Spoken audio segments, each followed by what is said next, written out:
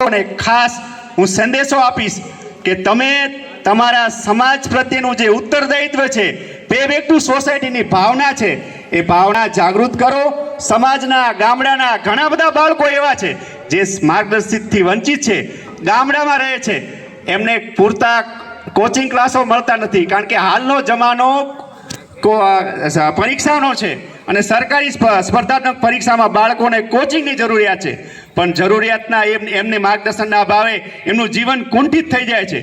મોટા શહેરોમાં આપણા સમાજના ઘણા બધા એવા પ્રતિષ્ઠિત નાગરિકો છે, ઘણા બધા વ્યક્તિઓ છે, પણ મોટા સમાજના ભવનો નથી કે જ્યાં રહીને બાળકો પોતાનું જીવન, પોતાનું સ્પર્ધાત્મક પરીક્ષામાં એ સારામાં સારી સફળતા હાંસલ કરી શકે.